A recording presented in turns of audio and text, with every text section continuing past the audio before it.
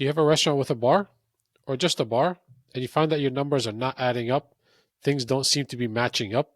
You feel like there might be some theft in your restaurant or bar? Stick around because there may be. Next on Restaurant Talk with Gazwan.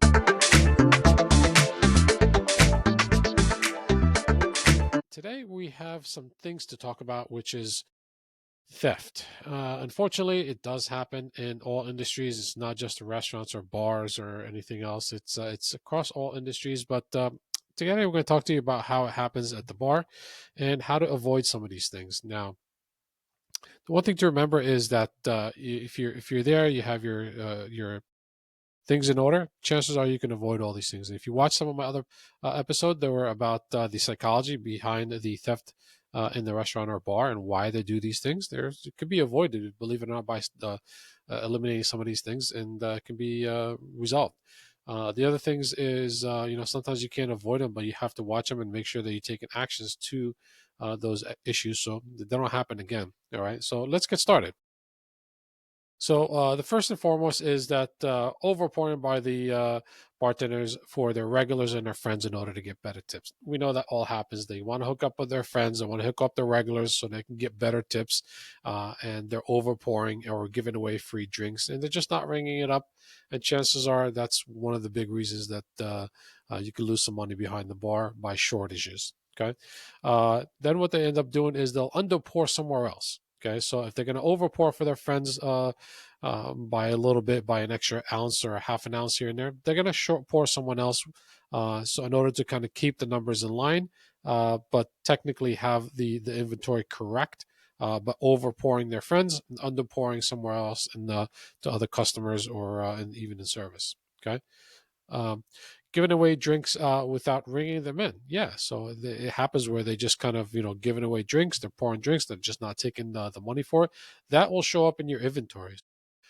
Some bartenders, what they will do is if they see that you guys never do inventory, then chances are they're not going to try to hide it because they know you don't count for it. So they're just not going to. They're going to overpour or they're going to give away free drinks and not going to ring it in because they don't do inventory. But if you did inventory, then what they do is they're going to have to actually uh, uh, show it somewhere else. So, like I said from before, overpour to one, underpour to the other.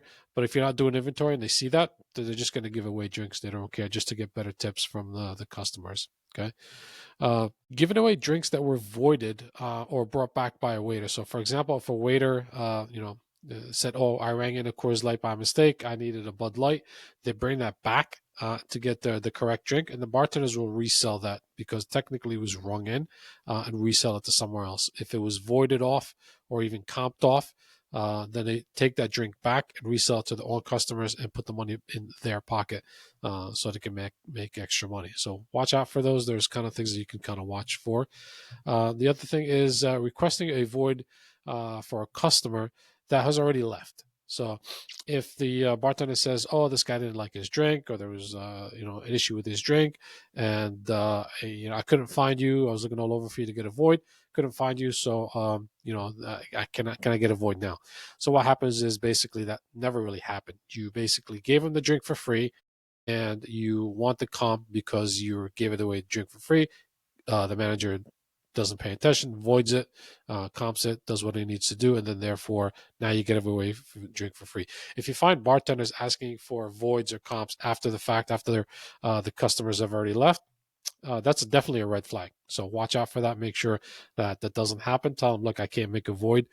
Please find me." Tell the customer to wait. I'm usually around anywhere in the restaurant. So I mean, if that happens, if you walk away, then that's kind of your fault. But let the bartender know, "Hey, find me as quickly as possible so I can have a talk with the customer, see what they didn't like. Can we get them something else? Can we replace something? Can we get them a different drink? If they're not happy with it, we'll replace that drink. But find out why, so it can be resolved. Sometimes the CO2 tanks could be low. It could be a kicked keg that you didn't have time to change, and they wanted that particular drink. So find out from the customer or even from the bartender what happened, so it doesn't happen again. Okay. Um, Making a drink, requesting payments, ringing into the POS, and canceling the order. So what they do basically is they'll ring in an order. So for a drink, they'll ring in, let's say, a Budweiser, uh, and they actually will the customer gives them the cash. It's usually cash. So they ring in the Budweiser. Let's say it's $7. The customer gives them the cash, turns around and cancels the order. Pops open, hits no sale.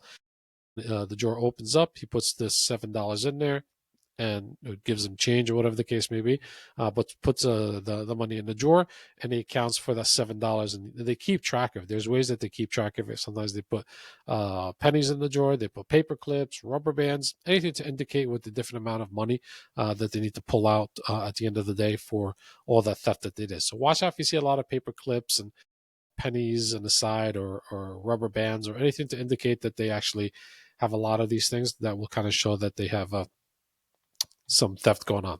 Okay, and I see a lot of that, and it's a shame.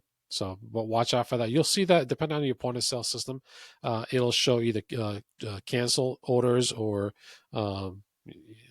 voided orders if they had a void. But if a cancel will show how many times they actually hit cancel, then tie that into how many times they pop the drawer. So if you see a bartender pop in the drawer 30, 40, 50 times a night, then there's definitely some theft.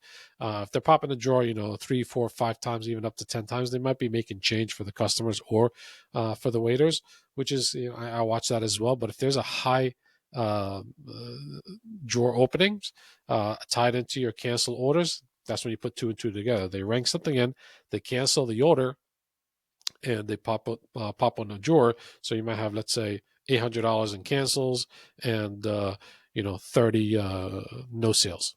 Okay, so the chances are that they're stealing. Okay. Watering down bottles in order to keep the inventory. I've seen this sometimes as well. So what bartenders will do is, in order to keep the inventory, and it's kind of a bad way to do that, is if the bottle's down to 3/4, they'll fill, if it's like a vodka or something like that, they'll fill up some water to get it to a full bottle, and watering basically the alcohol down in order to kind of keep your inventory. I mean, if they do that a lot, then chances are then your alcohol is going to be diluted. It's not going to taste the same if the next bartender comes in and the customer's like, well, this tastes like there's no alcohol in it. Yeah, because the previous bartender watered it down a little bit because, he's trying to save, the drinks that he gave away.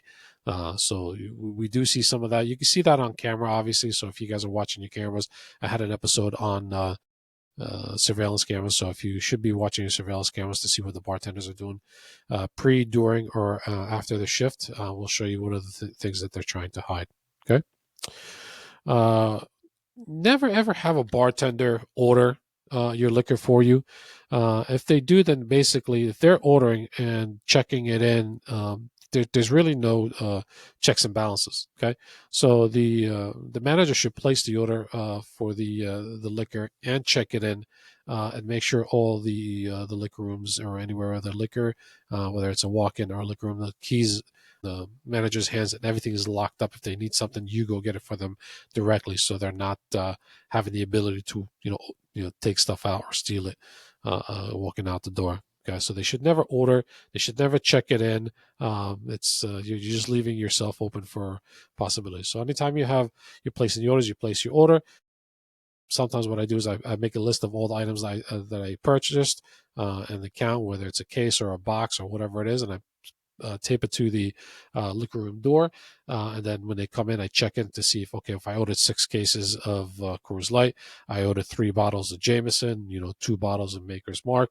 When it comes in, I check it off to make sure is what I ordered is what was coming in, and if it's off by a couple bottles, then I just mark that on my paper along with the invoice to make sure that I'm not getting charged for it. If they gave me, I ordered 2 bottles and only one came in, then make sure that they actually take that off. Sometimes they break the bottles on the road, sometimes they just didn't have enough, and make sure that if you ordered 3, you're paying for 3. If you ordered 3 and there's only 2, that make sure that gets taken off the invoice either right there, and then you're following up with the accounting department of that particular liquor company. Okay, so just be careful with that. So make sure that bartenders are not doing the orders, not checking in the orders, not having keys to the liquor room if possible. But again, I see it, but you got to do inventories to track all this stuff. Okay.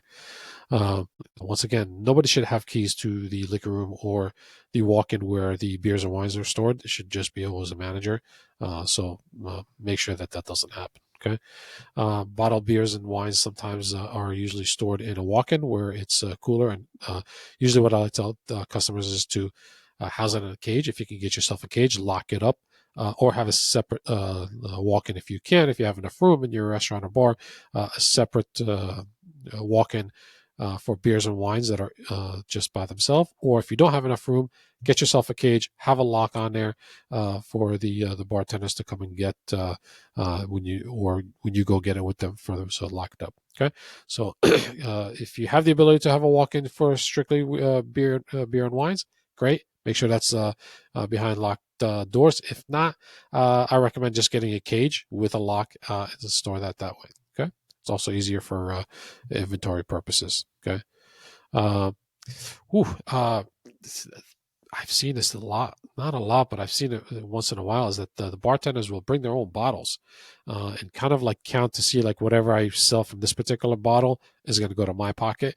And what we used to do actually at Marriott is anytime our liquor got checked in, they put a sticker on it, which was a like a Marriott logo sticker that gets put on the actual label and off the label. So if you try to peel it off, it comes off. But so we've done things like that. So if you want to do something, if you're checking in, making sure that it's only your bottles coming in, maybe stick a sticker into all the bottles. I know it takes time, but you can avoid theft in that way, so that they're not bringing in their own bottles. Every bottle that's in there should have the particular sticker of your logo or whatever you want it to look like. I've seen companies do that, so they don't have to make sure the bartenders are not bringing their own liquor and giving it away at their cost. Okay. I see this also is where the bartenders will be pouring drinks and charging a premium on the bill, but it was actually like a call. So what they'll do is they'll ring in a well drink and charging premium. So then that way they're getting a couple dollars more. That's going to offset the liquor. So if a house vodka charges $10 and a premium vodka is $15, they'll ring in the $15 and hoping the customer doesn't see that, so they get the extra $5 for liquor costs when they didn't use that liquor in order to offset it. If the customer catches it, especially if it's a long bill and they didn't pay attention because they just paid, if the customer doesn't catch it, great, they just made themselves $5 on that particular drink, and they can do that multiple times a day. If they do catch it, they just say, "Whoops, sorry, I made a mistake. I'll void it off. It was supposed to be on someone else's check. That was my mistake." Or they'll, tell the managers, "Oh, I rang this on the wrong check. Can you please void it? I already rang it in on the correct check." Bartender never says that. You should go and ask the bartender, "What other check did you put it on?" So maybe they're lying. Chances are they're saying that just because they got caught. And there is no other check with a premium drink on there. Okay, so watch out for that. Also, what I've seen is that where bartenders or even servers sometimes they'll over ring. Again, when there's a big party, when there's a lot of people, and there's a lot of drinks going on, they will ring in multiple drinks. So if they were supposed to have six, you know, Sam Adams, they'll ring in 7 or 8. And people just don't never necessarily remember, oh, I had 7 drinks, or we all together had 7 or 8 drinks. They'll ring in extra drinks to get that extra money in order to make up for inventory as well. It's not necessarily to their benefit because the cost. I mean, it's going to raise the price of the average check, and they're going to get tipped basically on the higher checks. They're going to make a little bit more tip, but it's not like they let the customer know, hey, I'm hooking you up. So basically, they're ringing extra drinks on there in order to offset their inventory. You won't see that, but that's another way that they steal. So another thing I see is that sometimes, like I said, they over pour, like I said, to their friends, and they'll shortchange service. Okay, the service bar is where an area that customers obviously don't see that because they're sitting at a table. So what they do is they'll over pour their friends sitting at the bar, but they'll short pour. So let's say they're supposed to be an ounce and a half on a drink, and they're pouring 2 ounces to their friends, and they're pouring an ounce to service bar. So technically, still 3 ounces altogether, but basically they diverted it to 2 ounces to their friends and an ounce to service bar instead of an ounce and a half, an ounce and a half. So because service, nobody really pays attention. The servers are not necessarily there counting it, and the customers are, by the second or third drink, sometimes can't even taste the liquor, but they go that route with their kind of overcharging or overpouring on one area of the bar and under pouring on another area in order to take care of their friends. Okay. Claiming false bottle breakage. Yeah, there's times when they're like, oh, this bottle broke. I had to throw it out. And when it really didn't, that bottle they ended up hooking up with their friends. But if there's any time that there's a broken bottle, it should be labeled. The bottle should be shown or to see that. But you can also look at the cameras. If you see at the cameras that the bottle did spill, sure enough, it's fine. It's okay. It happens. We're not saying that it doesn't happen, but it happens. But it has to be labeled. You justify it. If he slipped or he hit something and it broke, then that's justified. He's not going to be responsible for that. You take that off of your inventory. You make a note for it on your inventory when you say that, okay, a bottle of Absolute or a bottle of Tito's or a bottle of wine, whatever it was, fell and broke. So I'm going to pull that out of my inventory. So my inventory is more correctly accurate. So we're not falsifying numbers. Okay. Ringing in there another bartender's number. I've seen this as well. I see that with servers as well, as when they actually ring in under someone else's number and close it to their cash drawer, and that person's number is short. And But with bartenders, it depends on the type of bar. Sometimes if you're one person's over or one person's short, they pull the money. So sometimes it's going to help you, or sometimes it doesn't. But if everybody's running in their own numbers and you just happen to ring into that person's number by mistake, or you have the number you logged in on your terminal, usually in the bar, each bartender sometimes has their own terminal. They ring in, they have cash drawers, and they're responsible. Sometimes it's a free for all. Everybody kind of works together as a bar, so they're kind of like, if one person is short, we're all short. If one person is over, we're dropping over, or they keep the money. But that's something to watch out for. Let's see, giving away free drinks to local merchants in exchange for some gifts. Yeah, sometimes they hook up some of these people for either ball game tickets or some shirts, or tickets to get into a certain event. So they hook them up a couple times, and they get all these gifts from other vendors or other salespeople. So watch out for that. Again, things that you could probably see on camera as well. The most important thing as well is that bartenders should never, ever, ever run their own reports, because you're basically just saying, run your report and drop whatever you have. Bartenders should never run their own reports. The servers are okay, but bartenders, what do you basically do is either a blind drop, or they count their draw. So you're on the report, you have it in your hand, and let's say, for example, their drop is supposed to be $650. If they count their drawer, let's say their bank is $300. They count whatever's left over, and if they say, okay, I have $675, and you say, no, you're off, count again. If they count it again, it's $675. They're off again. So I make them count 3 times. If they don't get to that number that they're supposed to have on the report, then I will count the drawer. Okay. The one thing you never, ever, ever want to do is take the bartender's drawer and go count it somewhere else, whether it's in the office or on the side station or something like that. You want to make sure that you count the bank and the bar drawer with the bartender at all times, so they don't say, well, I wasn't sure. You're the one who stole the money. Okay. So what you want to do is let them count it 3 times. And if they're off, then you count it just in case, because they could have had a long night. They could have missed something in the drawer that was hidden behind the cash drawer or underneath. They might have not paid attention. 2 bills could have been stuck together or something like that. So what I do is I have them count it 3 times. If they're off, I will count it also 3 times. If they're off for whatever reason, over or under, they have to resolve that. So technically, in New Jersey, I think it is by law that if they're short, they're not supposed to pay that short. You're just supposed to write them up as you're short $20 or $30 or whatever the amount is. And if they're over, still, they don't keep that money because they made a mistake.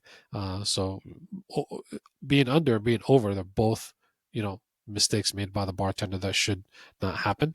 And if that happens on a regular basis, I think it's like, the verbal for the first one, first warning, second warning, third warning, then you got to go. I mean, that will never happen in the bank. If they're short in the bank, they're not going to be like, oh, it's okay, try again next time. No, it doesn't happen. So if they're, short, then you're basically, like I said, verbal first time, warning first time, second warning, third warning, then they got to go. Can't handle money. It's not for them. And if they're working with other bartenders, they need to kind of figure out like, hey, who's making a mistake? If I see this person's working 2 nights a week and he's short with this guy every time, then there's a common denominator with these two bartenders. If another day they're not off, then chances are the problem is not necessarily him; it could be someone else. So that's why I always like to make sure that everybody has their own drawer and they're responsible for their own money, because it's their job that they're responsible for. And I don't want to see someone get fired uh, for the wrong reasons or something that wasn't their fault. So that's the one thing I want to make sure is that everybody's responsible for their own money. I see a lot of places where they're ringing AM bartender, PM bartender, and somebody's short or somebody's over, and they just either pay it out or they drop over, which I don't like that personally, because then you can't hold anybody personally responsible. You have to just kind of like, okay, well, who's over, who's under? So that's why I always like to have each bartender have their own number, their own bank, their own responsibilities. Count your bank when you first come in. Count your change if you ever make change through the manager throughout the night, and count your bank. Make sure it's correct. And if you're off, then like I said, maybe you're just not a good cashier. You're not good at math. So it's not for everyone. But like I said, if you can't handle money, it's like a cashier in a bank. If you can't handle the money, that's not the job for you. Okay. So I think that really concludes today's episode on theft behind the bar. Something very, very important. Go check out the other episodes about the psychology behind the theft. It could be something that's behind it, believe it or not. There's some other episodes about that. But thank you for watching. Please subscribe. There's more episodes to come in the next couple weeks. We'll try to keep this on a regular basis as much as I possibly can. So please subscribe, like, and we'll see you guys soon. Thank you very much.